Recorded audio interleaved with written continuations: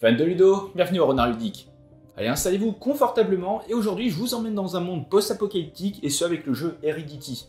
Alors ici on sera sur un jeu coopératif d'aventure, RPG, narration, ça t'aide pour 1 à 4 joueurs et on sera sur des parties d'environ 2 heures. Dans Heredity, vous allez incarner une famille qui va être constituée de 4 personnes et à travers 5 chapitres, vous allez vivre une campagne. Chaque scénario est constitué de son propre paquet de cartes et possède surtout sa propre mécanique de jeu. Ça vous permet d'avoir un ressenti et une immersion bien différents d'une partie à l'autre. Allez, voyons comment se préparer à la fin du monde. Mais avant toute chose, si vous n'êtes pas encore abonné, n'hésitez pas à le faire et à lâcher votre meilleur pouce bleu. Cela paraît tout bête, mais ça aide grandement au développement de la chaîne. Alors, pour ce qui est de la mise en place pour votre première partie, du coup pour le premier chapitre, vous allez tout d'abord prendre la carte famille pour préparer la ligne de temps. Et vous allez placer le pion sablier juste au-dessus. Vous aurez les 4 personnages de la famille que vous allez devoir répartir entre les joueurs, et pour chacun d'eux, vous allez prendre les 3 cartes qui les constituent et les 3 pions d'action.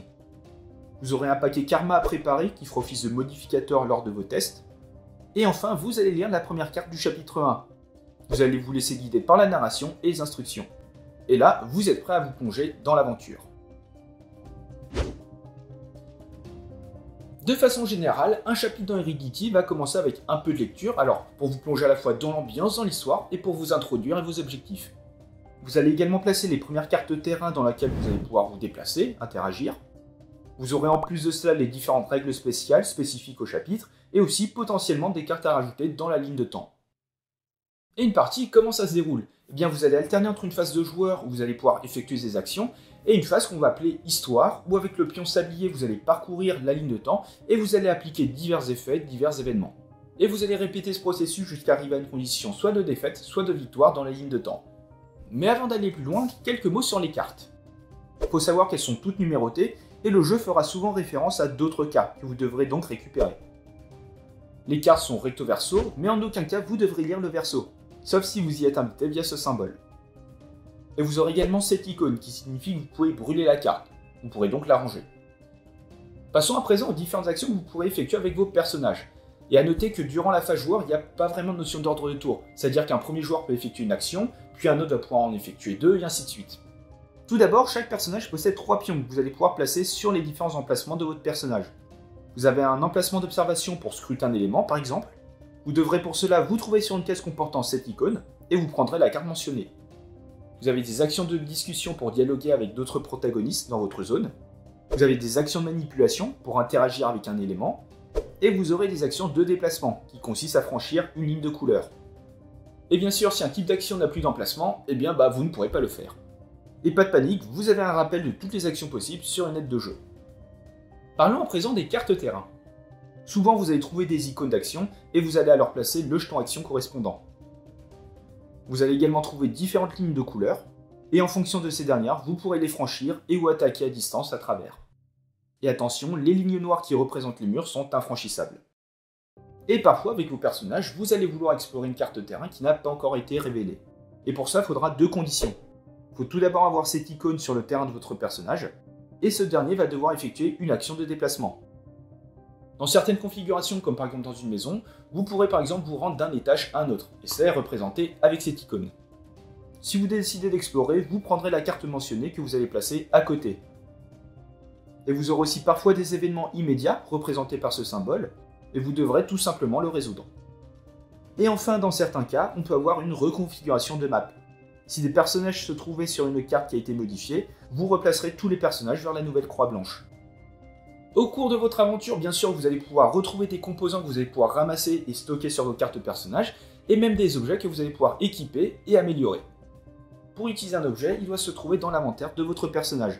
Les encres de la carte objet du personnage doivent bien sûr correspondre. Et à noter que certains objets vous donneront des possibilités d'action supplémentaires. Et on verra cela un peu plus tard, mais lorsque vous allez subir des blessures, vous devrez placer des jetons sur des emplacements. Si tous les emplacements d'un objet sont recouverts, ce dernier est alors inutilisable. Mais pas de panique, vous pourrez les réparer grâce à une action de manipulation et en défaussant un composant. Vous allez alors retirer un jeton blessure de l'objet. Et si votre objet n'a aucun jeton blessure, vous allez pouvoir l'améliorer. Vous allez pour cela dépenser les composants demandés et effectuer une action de manipulation. Vous allez pour terminer retourner la carte. Et gratuitement, vous allez pouvoir déposer dans votre zone soit des composants, soit un objet, mais par contre, pour les ramasser, il faudra faire une action de manipulation. Vous pourrez également échanger des biens entre 2 personnages. faut bien sûr que vous soyez dans la même zone. L'un des personnages devra effectuer une action de manipulation et vous pourrez faire les échanges que vous voulez. Étant donné qu'on est sur un jeu assez narratif, des cartes histoire, vous en aurez. Vous aurez des sections narratives pour avancer dans l'histoire sur un fond plutôt papier, et vous aurez des sections d'instructions sur un fond noir que vous allez devoir suivre à la lettre. Vous pourrez avoir une instruction permanente via ce symbole, ou alors des instructions qui agissent sur une carte terrain, en vous offrant par exemple une nouvelle possibilité. Et une fois que vous ne pouvez ou voulez plus faire d'action, vous allez activer la ligne de temps. En début de partie, le sablier débute sur la carte famille, et vous allez le déplacer sur les cartes à droite en activant la partie en rouge. Une fois arrivé au bout de la ligne, vous allez replacer le jeton sur la première carte et vous allez continuer à activer les cartes. Une fois arrivé sur la carte famille, vous pourrez de nouveau faire des actions. Et parfois, sur certaines cartes, au niveau des instructions au fond noir, vous devrez les ancrer dans la ligne de temps. Ça va se faire grâce au logo présent. En commençant par la position courante du sablier, vous allez chercher le premier emplacement libre avec une encre qui correspond. Et certaines cartes dans cette fameuse ligne de temps seront des personnages non joueurs. Ils seront soit hostiles, soit amicaux. Et lorsque le sablier s'arrête sur une telle carte, vous allez l'activer. Si le PNJ est hostile, il ciblera toujours le joueur non agonisant le plus proche. S'il y en a plusieurs, c'est vous qui choisissez. Et vous appliquerez dans l'ordre de la carte les instructions. Il pourra par exemple se déplacer et ou attaquer.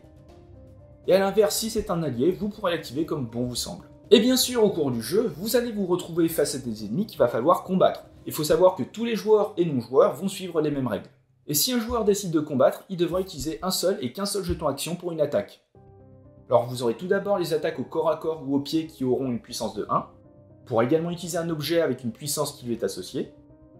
Et pour résoudre une attaque, vous allez donc choisir une cible qui se trouve dans votre zone et vous allez piocher une carte karma qui fera office de modificateur. Vous allez soustraire le résultat total à la défense et cela va représenter les dégâts que vous allez infliger. Et vous avez les attaques à distance avec une arme qui aura une valeur emportée. Cela va représenter le nombre maximum de lignes entre l'attaquant et la cible, et seules les lignes noires bloquent la portée. Et dans ce jeu, vous aurez également la possibilité de combiner vos attaques. Pour cela, vous devrez vérifier que la cible est dans la zone ou à portée de chaque joueur, en fonction de son attaque, et tous les personnages participant à l'attaque dépensent un point d'action, et vous allez piocher une carte karma pour l'ensemble du groupe. Vous allez ajouter cette valeur à la somme des attaques avant de retrancher la défense de la cible. Et à noter que vous pouvez très bien combiner votre attaque avec des alliés. Et pour ce qui est des dégâts, pour chaque blessure que vous subissez, vous allez placer autant de jetons que nécessaire sur des emplacements d'action qui possèdent une icône de cœur. Pour les PNJ, vous placerez les blessures directement sur les cartes. Bien entendu, vous pourrez vous soigner en plaçant un pion d'action sur un emplacement de manipulation, ça va vous permettre de retirer un jeton de blessure. Et si tous les emplacements d'action avec une icône de cœur d'une carte sont recouverts, vous pouvez subir une blessure grave pour libérer des emplacements d'action. Vous allez retirer tous les jetons de blessure et vous allez retourner la carte. Et malheureusement, une blessure grave ne pourra pas être soignée. Et si vous n'avez plus d'emplacement de cœur libre et que vous subissez une nouvelle blessure, vous devrez subir une blessure grave. Et si vous avez 3 blessures graves et plus aucun emplacement d'action libre, vous êtes agonisant. Vous ne pourrez plus être pris pour cible et vous prendrez plus de jetons de blessure. Et dès qu'un jeton de blessure est retiré, vous n'êtes plus agonisant. Et pour chaque joueur agonisant, vous allez tirer une carte karma. Si un crâne est affiché, c'est synonyme de défaite.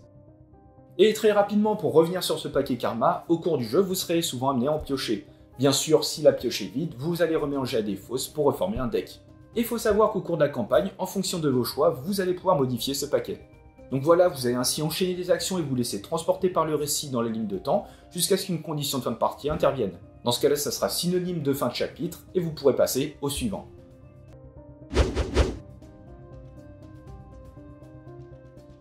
Et voilà, c'est la fin de cette vidéo, donc désormais vous n'avez plus qu'à survivre.